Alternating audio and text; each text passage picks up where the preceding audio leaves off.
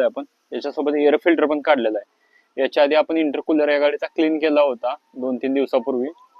मग त्यामुळे इंटरकूलर काढलेलं नाही आपण. इंटरकूलर काढायची काही गरज नाही का नाही. तुम्ही बघू शकता कार्बन किती कार्बन आहे ते पण बघू शकता तुम्ही किती कार्बन आहे ते पूर्ण इनलेट manifold जाम झालेलं आहे गाडीचं. याच्यानंतर पण तुम्हाला दाखवतो मी. ते तुम्ही बघू शकता. अशा अवस्थेत जर तुम्ही गाडी चालवत असेल ते तुम्ही बघू शकता किती जाम आहे. तुम्ही बघू शकता किती जाम आहे ते. अशा अवस्थेत जर गाडी चालली तर काय होणार आहे, गाडीत पिकअप राहणार आहे किंवा ब्लॅक स्मोक तर गाडी मारणारच आहे. पिकअप कसा राहणार आहे गाडीत, पिकअप का राहणार नाही. हा इजार कसं काम करतो ते आपण बघूया.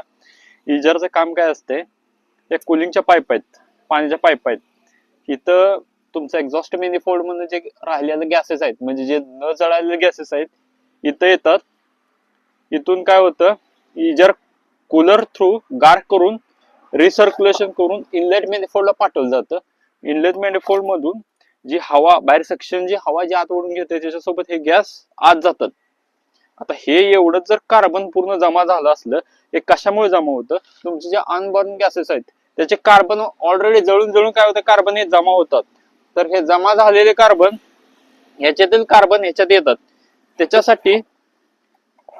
त्याच्यासाठी इजार क्लिनिंग करणं महत्वाचं आहे. हे तुम्ही बघू शकता.